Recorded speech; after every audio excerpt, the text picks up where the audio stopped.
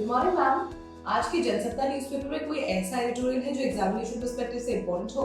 हाँ, एक आर्टिकल आया है, समृद्ध देशों में दरकिनार होते प्रवासी। इसे बहुत ही शॉर्ट में समझ लेते हैं।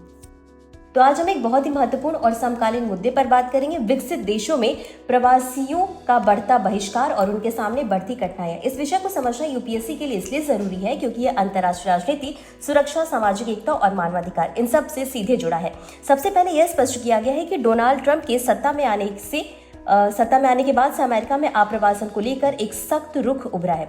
इसी तरह ब्रिटेन और ऑस्ट्रेलिया जैसे देशों में भी प्रवासियों के प्रति नीतिगत और सामाजिक दबाव बढ़ा और प्रवासी नागरिकों को अपनी सीमाओं से बाहर करने की प्रवृत्ति मजबूत हुई।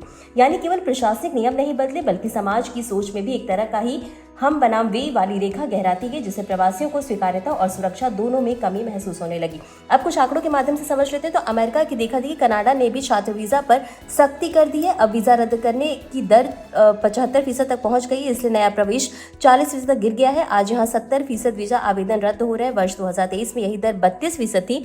ब्रिटेन गए छात्र अपने साथ परिवार ला सकते थे, लेकिन 2025 में वीजा नवीनीकरण में सख्ती बढ़ती जाने लगी। इसी के साथ ऑस्ट्रेलिया ने भी इस वर्ष से नई प्रवासन नीति लागू कर दी है और 2024 में अगर यहाँ 96,490 प्रवासी भारतीय छात्र थे, तो इस वर्ष पहले 6 महीनों में यह संख्या कम होकर 87,600 हो गई है।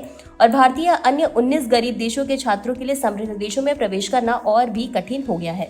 वहीं दूसरा महत्वपूर्ण बिंदु ये है कि इन देशों में प्रवासी अक्सर आर्थिक और सामाजिक योगदान के बावजूद अलग माने जाते हैं। उनके लिए रोजमर्रा की जिंदगी में कानूनी अनिश्चितता, रोजगार में अस्थिरता और सामाजिक बहिष्कार जैसी समस्याएं बढ़ जाती हैं।